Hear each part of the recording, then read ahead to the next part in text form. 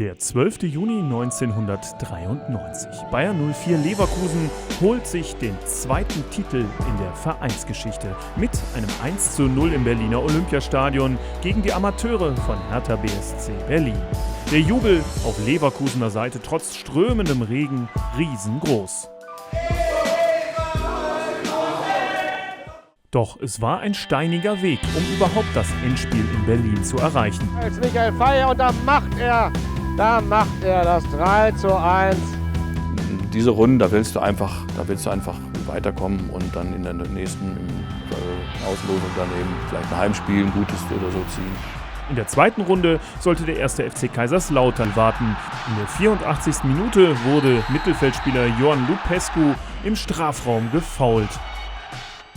Innenverteidiger Martin Kreh verwandelte humorlos zum einzigen Treffer und zum Weiterkommen. Ja, da kann ich mich noch dran erinnern, das war kurz vor Schluss, gab es dann Elfmeter. Aber auch da, auch in der 88. oder wann das war, wenn da ein Tor fällt, ist auch in Ordnung und sind wir da weitergekommen. Immerhin war Bayern 04 so in der damals noch dritten DFB-Pokalrunde angelangt, wo der nächste Amateurverein warten sollte, der VfR Heilbronn. Auch hier war es ein Geduldsspiel. In der zweiten Halbzeit brach erneut Abwehrspieler Martin Kreh den Bann. Kreh, Thom, nochmal Kreh, völlig frei. Und dann war sie doch da, die Führung für den Bundesligisten. René Riedlewitz erhöhte am Ende auf 2:0 für den Favoriten aus Leverkusen. Sehr schnell im Antritt. Der zweite, der dritte und der Torwart fällt auch hin. Die nächste Pokalpflichtaufgabe war erfüllt und das Achtelfinale war erreicht. Die Hertha kam ins Ulrich-Haberland-Stadion und die Leverkusener ohne Kapitän Franco Foda besaßen einen Andreas Thom in Galaform. Am Ende war der kongeniale Sturmpartner von Ulf Kirsten der entscheidende Mann in der 83. Minute. Schießt mit links und trifft 1:0, 7 Minuten vor dem Schlusspfiff. Das Viertelfinale. Bayern 04 zog Regionalligist Carl Zeiss Jena. Bis dahin ein echter Pokalschreck im Wettbewerb, aber dennoch erneut nicht der ganz große Name.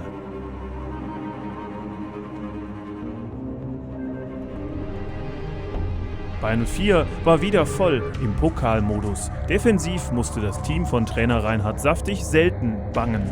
Dann stach die Offensive aus dem Nichts zu. Es erlöste Mr. DFB-Pokal in dieser Saison Andreas Thom nach 29 Minuten seine Mannschaft. Torschütze, wie kann es anders sein? Andreas Thom, der schon früher mit Dynamo Berlin des Öfteren in Jena erfolgreich war und auch gestern mit feiner Einzelleistung wieder traf.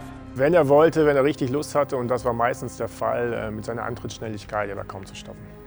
Dann besiegelte Andreas Thom mit seinem zweiten Treffer gegen Carl Zeiss Jena mit dem späteren Bayern 04-Profi Bernd Schneider den Einzug ins Halbfinale. Und schießen, das kann der Ex-Berliner. Das hat er beim 2:0 eindrucksvoll bewiesen. Bayern 04, Ende März 1993. Es begann zu kriseln in der Beziehung zwischen Trainer Saftig, Mannschaft und Verein. Die Europapokalplätze gerieten zunehmend aus dem Sichtfeld. Und nun traf man im DFB-Pokal ausgerechnet auch noch auswärts auf die damals spielerisch starke und ambitionierte Frankfurter Eintracht. Was keiner wusste, zu diesem Zeitpunkt hatte Eintracht-Coach Dragoslav Stepanovic bereits längst einen Vorvertrag als Saftig-Nachfolger im Sommer unterschrieben. Hinten raus hatten wir eine Phase in der Meisterschaft, wo wir nicht viel gewonnen hatten. Und wir sind dann nach Frankfurt gefahren, haben die meisten gedacht, ja, ich glaube Frankfurt war auch Meisterschaftsfavorit. Und dann fährst du wirklich als Außenseiter dahin. Die Trainerpersonalie sollte nach dem Spiel nochmal wichtig werden. Die Partie im Waldstadion hätte für Bayern 04 nicht besser beginnen können. Die Eintracht biss sich die Zähne aus und begann Fehler zu machen. Klassischer Fehler, Kirsten. Und wie wichtig es ist, dass Stein dabei war, sehen wir da. Und das war die Notbremse und deshalb ist die Entscheidung von Schiedsrichter Harder völlig korrekt. Rote Karte. Das hat uns sicherlich auch noch ein bisschen in die Karten gespielt, aber darauf kann man das nicht alleine zurückführen. Ich weiß, dass wir da ein richtig gutes Spiel gemacht haben.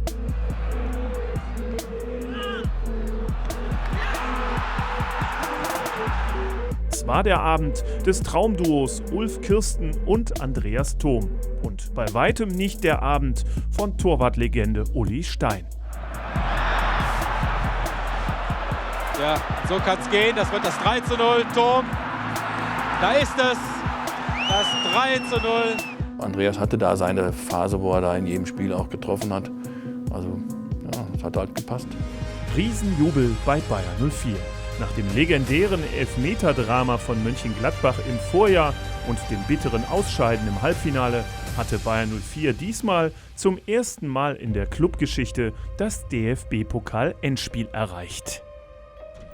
Der Erfolg war natürlich riesig, war doch nicht so erwartet. Mal eben nach Frankfurt zu fahren mit der damaligen Mannschaft und da zu gewinnen im Pokal-Halbfinale, das muss man erst mal schaffen. Insofern war die Freude, Erleichterung umso größer. Also der Verein, dem war es ja nicht vergönnt, großartig eine Anzahl von Pokalen oder von Titeln vorher zu sammeln. Und dann weißt du auch, du bist so ein bisschen Teil der Geschichte dieses Vereins. Und das ist schon, also für mich hat das sehr viel immer bedeutet. Und dann wurde es tatsächlich kurios. Dragoslav Stepanovic trat sofort nach dem Spiel als Frankfurter Trainer zurück.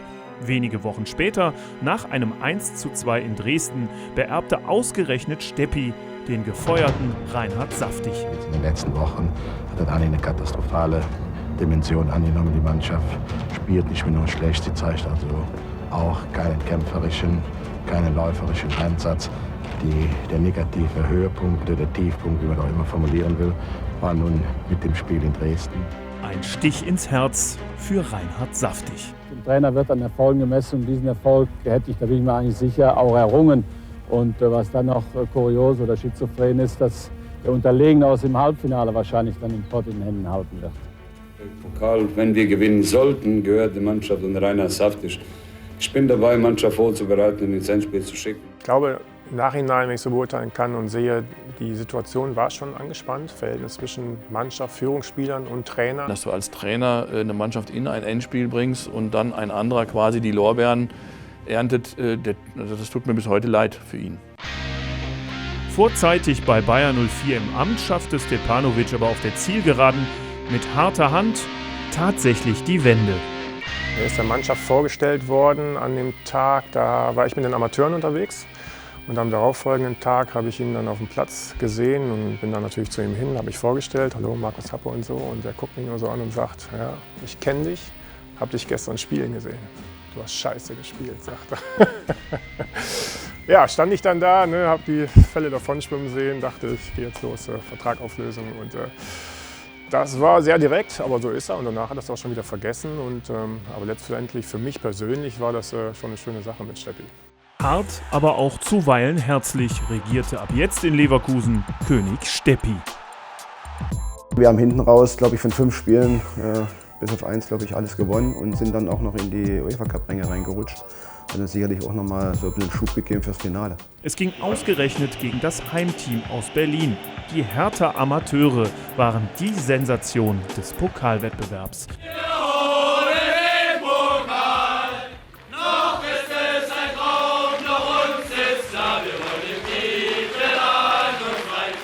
Wir haben uns da irgendwie auch in so einen Lauf gespielt. Ich weiß noch, Leipzig ausgeschaltet, Nürnberg ausgeschaltet. Ich war zu dem Zeitpunkt noch verletzt und durfte ja dann im Halbfinale einsteigen gegen Chemnitz und mache nach 4 Minuten das 1:0. Also für mich als 18-Jähriger absoluter Wahnsinn. Da kriege ich jetzt schon wieder Gänsehaut. Das ist einfach Momente, die man nie vergessen wird. Selbstbewusstsein pur bei den Amateuren vor ihrem Heimspiel.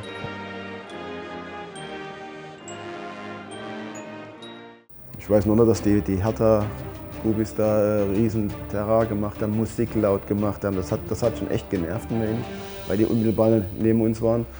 Und haben so ein bisschen auf übercool gemacht und ganz locker gemacht. Wir haben das genauso gemacht wie davor die Spiele. Laut Musik gehört, wir haben uns dann gegenseitig irgendwie auch heiß gemacht. Und ich weiß noch, mit der Eskorte, also jede rote Ampel wurde bejubelt im Bus. Also so Geschichten, das hast du nachher im Profibereich, ist das nie wieder vorgekommen. Bei Bayern 04 herrschte eine Mischung aus Konzentration und Anspannung vor dem großen Finale. Bloß keine Blamage gegen die Hertha-Amateure war das Motto. Dann spielt man noch gegen den Lokalmatadoren, Hertha BSC, das ist schon schwer genug, aber dann noch gegen die Amateurmannschaft. Der Rest von Deutschland, der vielleicht neutral gewesen wäre, aber gegen die Amateurmannschaft, die haben sich dann auf die Seite der Amateure geschlagen, sodass wir da ziemlich alleine da standen. Und der Druck war schon immens. Die Partie selbst, bei strömendem Regen, passte dann allerdings zur Bayern 04 Pokalsaison 1992/93 wie die Faust aufs Auge. Bayern 04 hatte die Partie im Griff, ohne zu glänzen.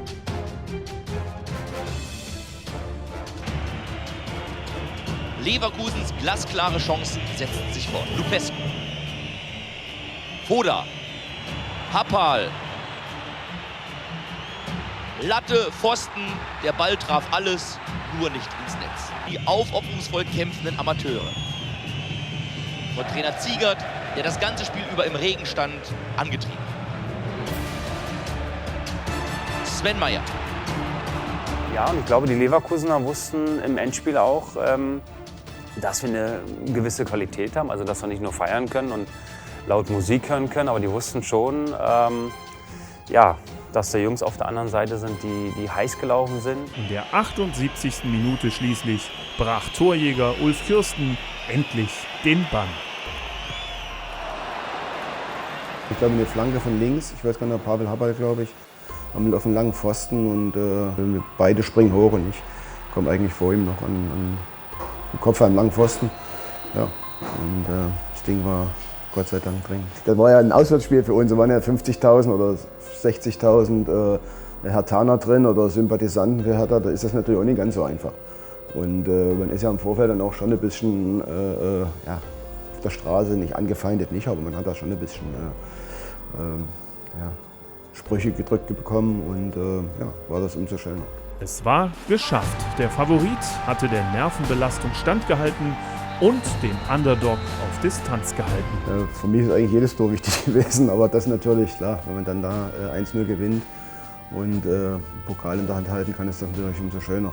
Damals hast du deine Idole praktisch dann bei irgendwelchen Pokalendspielen, ich sag mal 1970 oder 75 oder sowas, hast du die dann gesehen und plötzlich hast du denselben Pokal in der Hand. Das kann man, also kriege ich Gänsehaut, wenn ich es erzähle. Das sind so Momente, die prägen sich auch ein. Ganz Leverkusen jubelte, nur einer tauchte eilig an. Es war total verdient. Wie gesagt, wir waren trotzdem ein toller Zweiter und haben, ich glaube, vielleicht sogar ein bisschen mehr gefeiert als die Leverkusener. Bayern 04 hatte den Pott geholt. Das gellende Pfeifkonzert der 60.000 Berliner Fans im strömenden Regen begleitete auch die Siegerehrung, spielte aber beim Triumph der Leverkusener keine Rolle. Als Junge guckt man die Pokalendspiele, träumt davon, vielleicht mal selbst dazustehen, obwohl das in weiter Ferne ist. Und doch hat man das auf einmal geschafft und steht da oben und kann den Pokal entgegennehmen und hochrecken. Das ist natürlich toll. Ne? Den Pokal wirst du nicht anfassen? Nö, was soll das? Kann man mit der Leistung der eigenen Mannschaft gegen eine 2 Klassen tiefere Mannschaft zufrieden sein? Mit der Sieg. Hinein in die Kabine des deutschen Pokalsiegers 1993.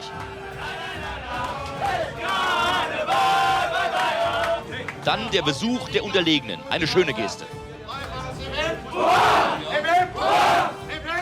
Auch für die Amateure der Hertha war die Pokalsaison ein großer Erfolg. Wir haben ja genau das gemacht, glaube ich, was die Leverkusener dann wahrscheinlich hier gemacht haben, Empfang im Rathaus und alles Mögliche und so. Also wie gesagt, ob wir jetzt Zweiter geworden sind oder Erster, das hat man eigentlich gar nicht so gemerkt. Es war ein einziger Partymarathon von Bayern 04 mit Torschütze Ulf Kirsten an der Spitze. Ja, Ulf hat den Pokal nicht mehr losgelassen, ne? Hat ihn dann nachher auch mitgenommen aufs Zimmer. Ja, war feuchtfröhlich, alle waren gut drauf, die Verantwortlichen und so weiter. Ne? Das war schön. Wir haben es reingelegt fürs Showfoto, aber wer den mitgenommen hat, weiß ich nicht. Es war einfach nur ein Foto, wo ich sage, oder wo mir das in die Hand gedrückt wurde und sagte, komm, nehmen wir mit, wir machen ein Foto. Ja, noch ein paar Szenen mit tanzenden Spielerfrauen auf dem Tisch und so weiter. Und, ja, also wir haben das konnten wir übrigens mit Bayer sowieso. Also wenn wir schon mal so Feiern hatten, jetzt nicht nur wegen Titeln, sondern auch so, das gehörte schon auch zu der Mannschaft dazu. Das hat schon auch Spaß gemacht. Pokal, Halleluja! Und wir haben den Pokal, Halleluja! Und dann kam der Auftritt des Mannes, der das alles erst ermöglicht hatte. Ulf Kirsten schmetterte ein Lied, das wir alle irgendwo schon einmal gehört haben. Und wir haben den Pokal, Halleluja! Und wir haben den Pokal, Halleluja! Und wir haben den Pokal, Halleluja! Und wir haben den Pokal, Halleluja! Und wir geben nicht mehr her, Halleluja! Und wir geben nicht mehr her, Halleluja! Wobei das ganze Große und Ganze, auch nachher der Empfang am nächsten Tag, auch wenn nicht die, bei Schalke waren es 50.000, 60.000, die natürlich dann da rumsehen, nicht die Menge an Fans waren, aber letztendlich doch war es eine schöne Sache. Der 12. Juni 1993 krönte eine nicht glanzvolle, aber souveräne Pokalsaison von Bayer 04.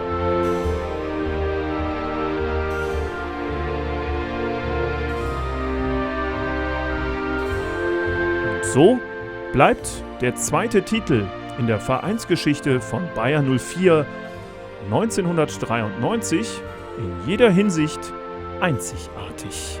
Ja, überhaupt einen Titel gewonnen zu haben, können auch nicht so viele von sich behaupten. War natürlich toll, für Bayer 04 dabei gewesen zu sein. Ist ja immer noch mein Verein, bin ja immer noch im Stadion gerne mit meinen Söhnen. Und für die Traditionself bin ich auch noch unterwegs. Also das ist eine tolle Sache. Schöne Erinnerungen dran. Würde mich allerdings freuen, wenn mal ein neuer Pokal jetzt dazukommen würde. Ich bin ja 8-mal Vize geworden. Das ist ja in der Phase, in dem Moment natürlich unheimlich bitter, wenn du das Finale verlierst. Aber gerade diese Lockerheit und diese Entspanntheit hat mir eigentlich auch, oder sagt mir jetzt, dass das eine großartige Leistung jedes Mal gewesen ist. Ob WM-Finale, Champions-League-Finale mit Leverkusen. Wir sehen es ja heute, wie schwer es ist, alleine schon in die Champions League reinzukommen, geschweige denn mal ins Finale zu kommen. Nein, also es war, wie gesagt, wir hatten den Titel, man ist so an einem Ziel und wie gesagt, die Stadt hat, glaube ich, auch und der Verein, wenn man es sieht, bis heute der letzte Titel, also dann glaube ich, war das auch nicht ganz unwichtig für den Verein, für die Mannschaft, für die Mitarbeiter auch in so einem Verein, dass man dann wirklich mal was Zählbares hat. Und man sieht ja, was für ein Potenzial mittlerweile hier im Stadion, auch wenn man die Auswärtsfahrten, oder wenn man das sieht, das ist ja für Leverkusener Verhältnisse nie möglich gewesen früher. Das ist ja immer belächelt worden und jetzt wird man, glaube ich, auch anerkannt und viele reden mit großem Respekt und Ehrfurcht vor Bayer Leverkusen. Wie gesagt, und ein Titel wäre schon mal wieder nicht so schlecht. Wenn wir wieder was zu feiern.